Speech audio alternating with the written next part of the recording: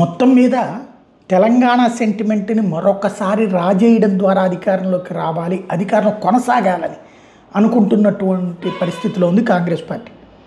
ఒకప్పుడు తెలుగుదేశం పార్టీ నుండి అధికారాన్ని అందుకోవడానికి తెలంగాణ వాదమే వేదిక అయ్యింది నాడు రాజశేఖర రెడ్డికి. తెలంగాణ రాష్ట్ర విభజన కావాలంటూ చిట్ట చివరి అసెంబ్లీ సమావేశం సందర్భంగా 2004కి సందర్భంగా ముందు జరిగినటువంటి చిట్ట చివరి అసెంబ్లీ సమావేశాల సందర్భంగా ఒక తీర్మానాన్ని పెట్టడం, ఆ తీర్మానాన్ని అధినాయకత్వం దగ్గరికి పంపించడం సిఎల్పి ద్వారా ఆనాడు రాజశేఖర రెడ్డి చేసుకొచ్చారు. అలా ప్రారంభమైన తెలంగాణ వాదపు ఇంపాక్ట్ ఆ తర్వాతన 2004 ఎన్నికల్లో టీఆర్ఎస్ కాంగ్రెస్ పార్టీ కలిసి పోటీ చేయడంతో సోనియా గాంధీ స్వయంగా రాష్ట్ర విభజనకి హామీ ఇవ్వడం దాకా చేరిపోయింది. అయితే ఆ తర్వాత అదే ఉద్యమాన్ని అణచివేయడం అన్నటువంటిది రాజశేఖర రెడ్డి చేసుకొచ్చారు. ఆ టీఆర్ఎస్ పార్టీని ముక్క చెక్కలు చేసి తెలంగాణ ఉద్యమాన్ని అణచడానికి ప్రయత్నించారు. కానీ అది కాస్త మరింత ఫ్లేరప్ అవ్వడానికి కారణమైంది రాజశేఖర రెడ్డి మరణం. రాజశేఖర రెడ్డి మరణం తర్వాత కేసీఆర్ ఆమరణ నిరాహార దీక్ష, రాజశేఖర రెండోసారి కూడా రెండోసారి గెలిచినప్పుడు తెలంగాణ ఉద్యమం అంశం ఇక అందరితో క్లోజ్ అనుకున్నారు అందరూ. ఎందుకంటే అప్పుడు రాష్ట్రం విడిపోవడం అంటే పాస్పోర్ట్ వీసాలు కావాలన్నటువంటి పాయింట్తో రాజశేఖర రెడ్డి ప్రారంభించినటువంటి అంశం కాస్త పతాక స్థాయికి చేరి ఇష్యూ అయింది. ఇప్పుడు సీన్ మళ్ళీ ఆ తర్వాతన అయిపోయింది, రాష్ట్ర విభజన జరిగిపోయింది, రాజీనామాల గందరగోళం అన్నీ అయిపోయింది. తర్వాతన అధికారంలోకి వచ్చినటువంటి బీఆర్ఎస్ చక్కటి ఒక నిర్ణయాత్మకమైనటువంటి విధానంతో అంతకుముందు ఉన్నటువంటి భావోద్వేగాల్ని అదుపు చేసి ఆంధ్రులకి తెలంగాణలో బ్రతకడానికి అవకాశం ఉండదేమో అన్న భయాల నుంచి దూరం చేసి మా ఉద్యమం అంతా కూడా రాజకీయ నేతల మీద తప్పించి ప్రజల మీద కాదని నిరూపించింది. హైదరాబాదులో ఉన్నటువంటి ఆంధ్రవాసులు గుండెల మీద చెయ్యి వేసుకుని పడుకున్నారు బీఆర్ఎస్కి. అందుకనినే వాళ్ళు ఆ తర్వాత మొదట భయంతోనే తెలుగుదేశం భారతీయ జనతా పార్టీలకు ఆనాడు ఓట్లేసినటువంటి వాళ్ళు ఆ తరువాతన బీఆర్ఎస్కి అనుకూలంగా మారారు. హైదరాబాద్ ఎలక్షన్స్లో కావచ్చు, తర్వాత జరిగిన అసెంబ్లీ ఎలక్షన్స్లో కావచ్చు, మొన్న జరిగిన అసెంబ్లీ ఎలక్షన్స్లో కూడా బీఆర్ఎస్కే మద్దతు పలికారు హైదరాబాద్లో ఉన్నటువంటి ఆంధ్రవాసులు.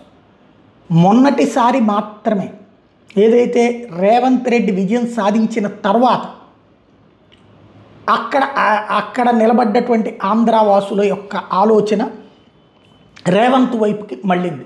Because of Chandrababu, because of Pawan Kalyan.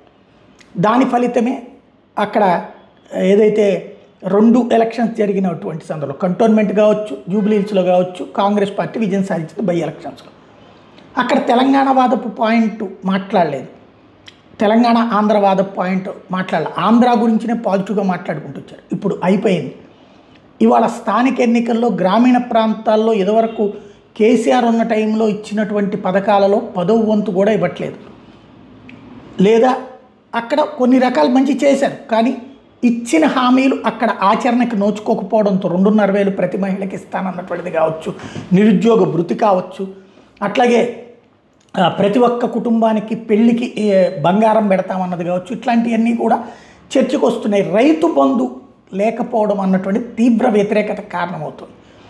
దాన్ని కవర్ చేయడానికి ఇప్పుడు తెలంగాణ ఉద్యమవాదాన్ని తెర మీదకి తీసుకొచ్చి ఎస్పి బాలసుబ్రహ్మణ్యం విగ్రహం పెడితే ఊరుకోము, మా తెలంగాణ వాళ్ళ విగ్రహాలే ఉండాలా, అట్లాగే పవన్ కళ్యాణ్ మాట్లాడిన దానికి పవన్ కళ్యాణ్ క్షమాపణ చెప్పాలా, లేకపోతే కనుక ఆంధ్ర వాళ్ళకి ఇక్కడేం పని, ఇక ఇట్లాగ బిగిన్ చేసేశారు. ఇక క్రమక్రమంగా ఆంధ్ర తెలంగాణ వాదాన్ని మరొకసారి రెచ్చగొట్టడం కాంగ్రెస్ పార్టీ చేసుకొస్తుంది.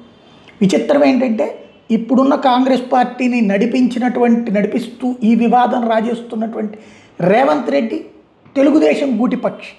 ఆనాడు అదే తెలంగాణ వాదానికి వ్యతిరేకమైనటువంటి, ఇప్పుడు కాదని తనని ప్రూవ్ చేసుకోవడానికి ఈ వాదాన్ని తెర మీదకి తీసుకొస్తున్నారు, లేకపోతే ప్రభుత్వ వైఫల్యాన్ని కవర్ చేయడానికి తీసుకొస్తున్నారా ఆలోచించుకోవాలి. ప్రశాంతంగా సాగుతున్నటువంటి 2 రాష్ట్రాల గమనంలో మరొకసారి ఉద్రిక్తతలు తీసుకురావడం అన్నటువంటి దాని ద్వారా లబ్ధి పొందాలనుకుంటున్నటువంటి వాళ్ళు డిఫరెంట్. ఖచ్చితంగా దాని వెనకాల రాజకీయ ప్రయోజనం ఉంది, ప్రజలు అర్థం చేసుకున్నారు. కానీ భావోద్వేగం ఒక్కసారి రాజేస్తే దాన్ని కంట్రోల్ చేయలేం, ప్రమాదకరమైన మలుపులు తిరుగుతుంది. అది జాగ్రత్తగా ఉండాల్సిన అవసరం ఉంది.